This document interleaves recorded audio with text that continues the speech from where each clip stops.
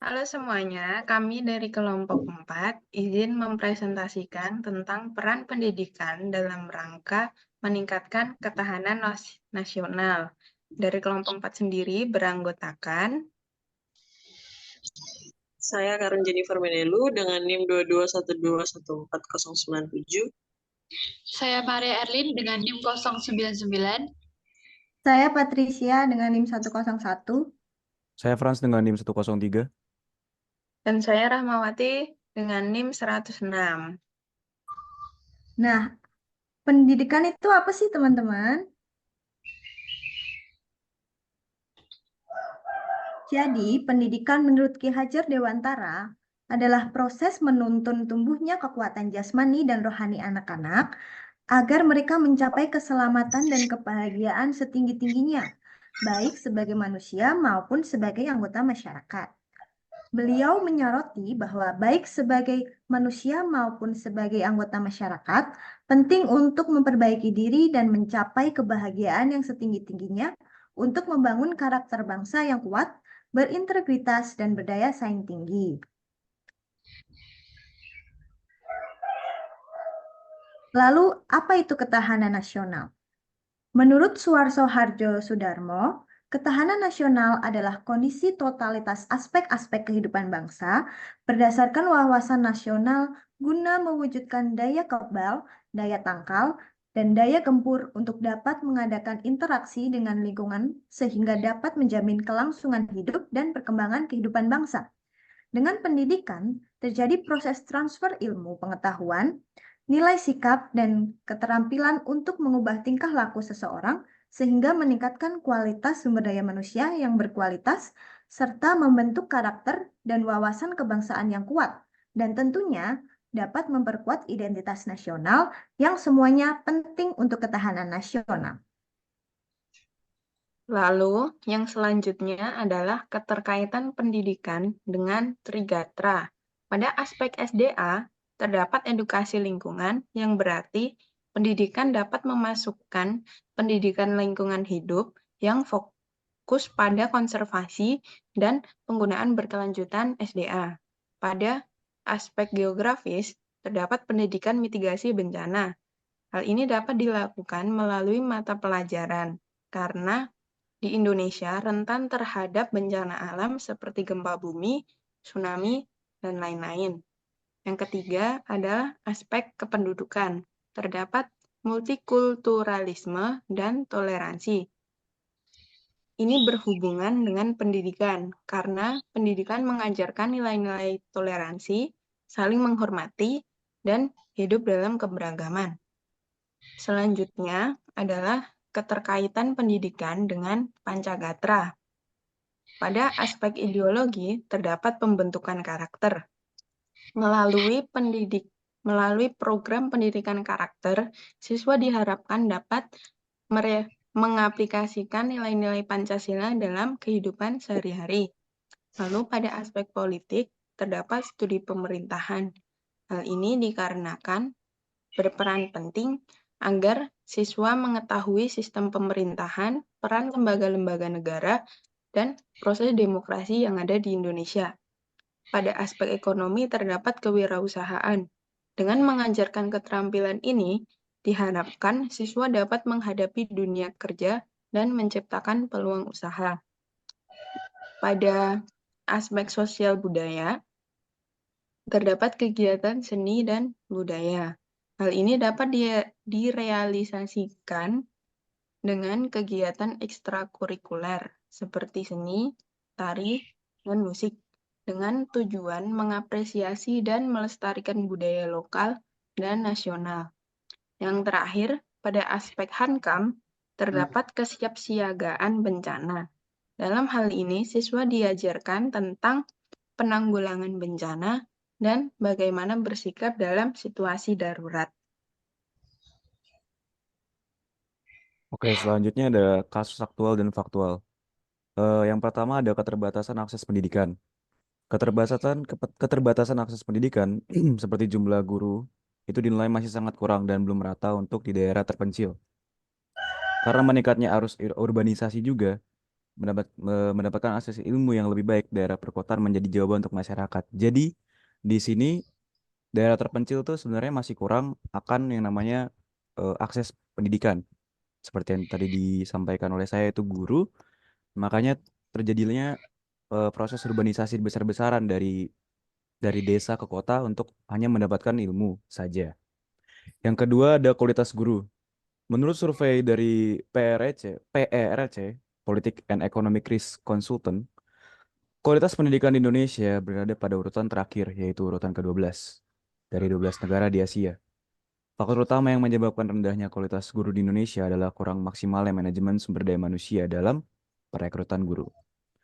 Menurut RISE, Research on Improving System of Education, menunjukkan lebih dari 50% guru di Indonesia adalah pegawai negeri dan 90% tumpuan belajar ada pada mereka, padahal kualitas mereka tidak dapat terjamin dengan baik. Yang ketiga ada kurikulum yang tidak relevan. Hal ini terjadi ketika konten dan keterampilan yang diajarkan tidak relevan atau berguna bagi kehidupan siswa dan aspirasi masa depan. Kurikulum yang tidak relevan tidak memenuhi kebutuhan masyarakat. Penyebabnya kurangnya konsultasi. Jika guru atau pengembang kurikulum tidak berkonsultasi dengan siswa, orang tua, atau pemangku kepentingan lainnya mengenai apa yang mereka inginkan atau butuhkan dari kurikulum. Yang kedua ada kesenjangan keterampilan kurikulum yang tidak relevan, mungkin tidak membekali siswa dengan keterampilan yang mereka butuhkan untuk berhasil dalam karirnya atau cita-cita mereka di masa depan. Yang keempat ada kurangnya fasilitas pendidikan. Kurangnya fasilitas pendidikan di Indonesia merupakan masalah yang mempengaruhi aksesibilitas pendidikan bagi masyarakat. Fasilitas pendidikan yang kurang dapat mencakup berbagai aspek seperti sarana, prasarana, biaya pendidikan, akses jalan dari rumah ke sekolah, serta ketersediaan informasi tentang pendidikan. Di sini ada faktor-faktor penyebab kurangnya fasilitas pendidikan di Indonesia, meliputi minimnya akses kualitas dan kuantitas pengajar, kondisi ekonomi yang rendah, serta kurangnya perhatian dari pemerintah. Masalah ini juga kerap ditemui terutama di daerah 3T, tertinggal, terdepan, terluar. Bahkan di kota-kota besar sekalipun, kesenjangan fasilitas pendidikan ini juga disebabkan oleh rendahnya profesionalisme guru, masih banyaknya guru yang honorer, serta rendahnya kemampuan literasi anak-anak di Indonesia. Kelima ada kemiskinan dan putus sekolah. Kemiskinan dan putus sekolah memiliki hubungan yang kompleks, di mana kemiskinan dapat menjadi salah satu faktor penyebab putus sekolah. Penelitian menunjukkan bahwa masalah utama dalam penelitian ini adalah faktor-faktor yang menyebabkan putus sekolah pada anak petani di desa kampung Beru Kabupaten Takalar, dan bagaimana untuk bentuk peran sosialnya itu seperti budaya. Jadi banyak yang masyarakat masih berpikir bahwa sekolah itu tidak terlalu penting karena yang penting hanyalah kerja dan kerja. Dan banyak juga yang mengatakan bahwa sekolah itu tidak penting karena misalkan perempuan nanti juga ujung-ujungnya bakal dinikahin oleh seorang laki-laki. Jadi banyak yang masih berpikiran kalau sekolah itu tidak penting karena dari berbagai macam budaya.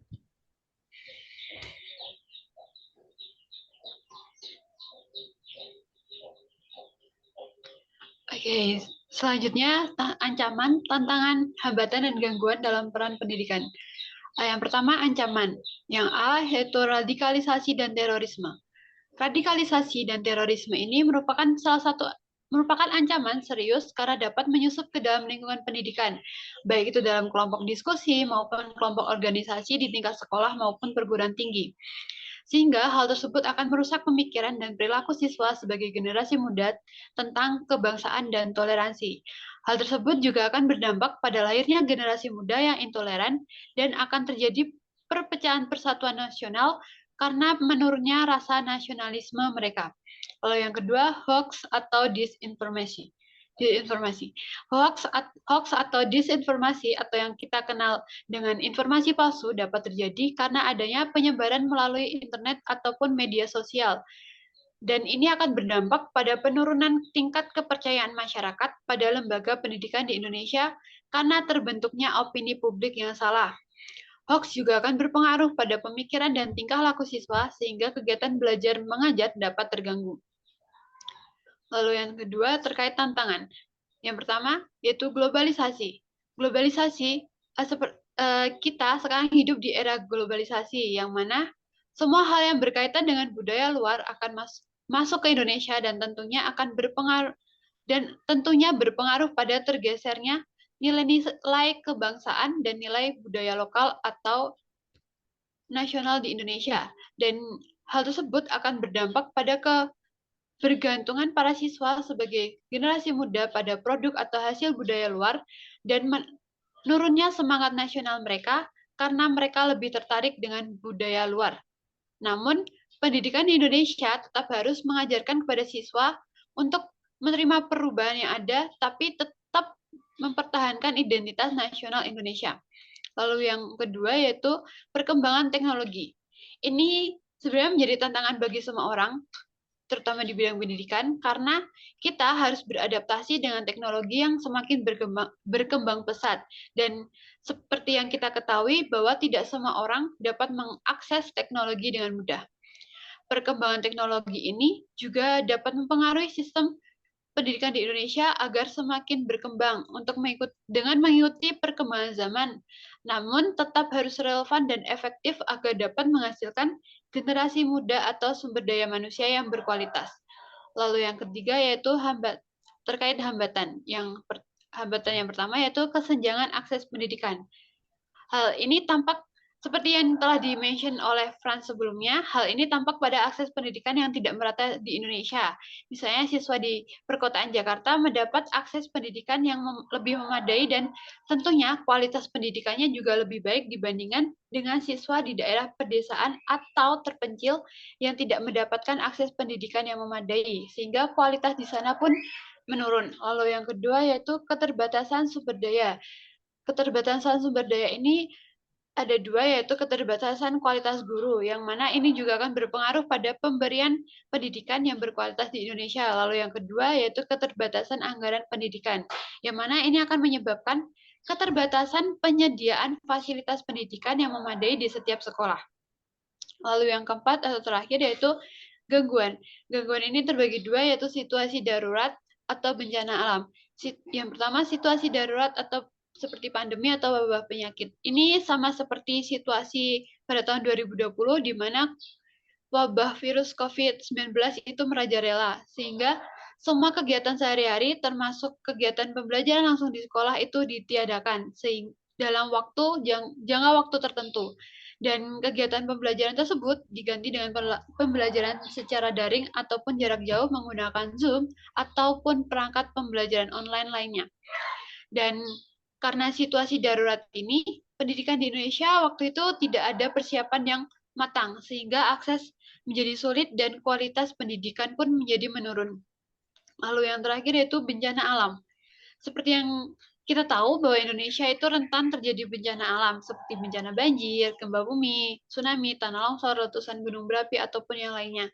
Dan tentunya, fasilitas dan infrastruktur sekolah akan mengalami kerusakan, dan kerusakan tersebut akan mengganggu proses belajar siswa.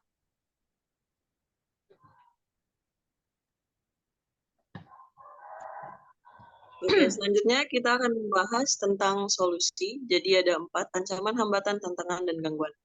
Kita bahas yang poin pertama dulu, ancaman. Jadi solusi untuk radikalisme dan terorisme adalah pendidikan toleransi dan pluralisme. Jadi sekolah mengintegrasikan pendidikan tentang toleransi, keberagaman, dan pluralisme dalam kurikulum sekolah dari tingkat dasar hingga perguruan tinggi. Lalu yang kedua, solusi untuk hoaks dan informasi palsu, yaitu dengan mengadakan kurikulum literasi digital, di mana sekolah memasukkan literasi digital sebagai bagian dari kurikulum wajib. Lalu kurikulum ini mencakup mengidentifikasi berita palsu dan etika dalam mengendalikan media sosial. Lalu yang kedua ada hambatan. Untuk solusi kesenjangan akses pendidikan di daerah terpencil, yaitu dengan pembangunan sekolah di daerah terpencil dan menyediakan beasiswa pendidikan. Jadi pemerintahan harusnya membangun sekolah di daerah-daerah terpencil dan di pedesaan untuk memastikan bahwa anak-anak di wilayah tersebut memiliki akses pendidikan. Lalu juga menyediakan beasiswa untuk kurang mampu dan juga memberikan bantuan pendidikan seperti buku, seragam, atau perlengkapan sekolah lainnya.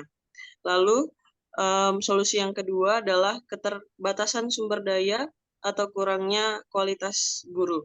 Jadi ada dua. Yang pertama, program pelatihan, menyediakan pelatihan berkelanjutan untuk guru, mencakup teknologi dan pengajaran baru. Lalu ada program akreditasi. Program akreditasi ini mengimplementasikan program akreditasi sekolah yang memastikan sekolah memenuhi standar kualitas pendidikan tertentu, termasuk kualifikasi guru dan kompetensi guru. Lalu solusi untuk tantangan, yang pertama untuk globalisasi dengan pendidikan kebudayaan. Jadi sekolah harusnya tidak menghilangkan pembelajaran sejarah, seni budaya atau ekstrakurikuler yang mengenalkan budaya Indonesia seperti tari, musik, dan semacamnya. Agar ketika budaya luar masuk, para siswa atau para anak muda bangsa Indonesia ini tidak mudah terbawa arus. Lalu ada pendidikan multikultural, yaitu mengintegrasikan studi tentang berbagai macam budaya luar, sejarah dunia, dan hubungan internasional. Hal ini mendorong siswa untuk memahami dan menghargai keberagaman budaya global. Lalu ada perkembangan teknologi. Nah, solusi untuk perkembangan teknologi ini dengan kurikulum literasi digital dan keterampilan teknologi informasi. Jadi sekolah mengintegrasikan literasi digital sebagai bagian dari kurikulum dan juga mengajarkan keterampilan pemrograman coding sejak dini agar dapat beradaptasi dengan cepat. Lalu yang kedua ada gangguan. Untuk solusi yang pertama, pandemi dan wabah, jadi pemerintah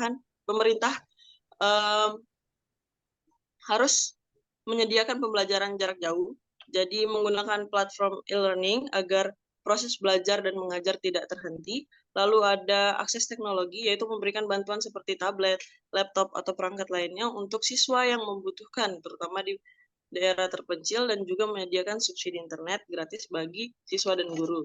Lalu yang terakhir ada solusi untuk bencana alam, yaitu infrastruktur tahan bencana.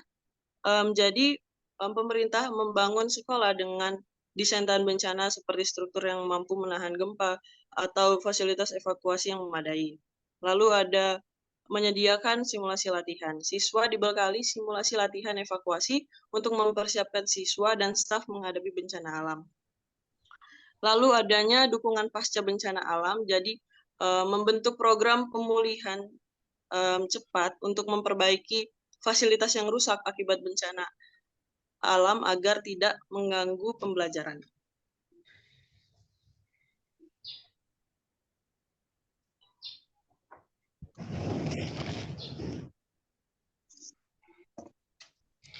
Terima kasih semuanya.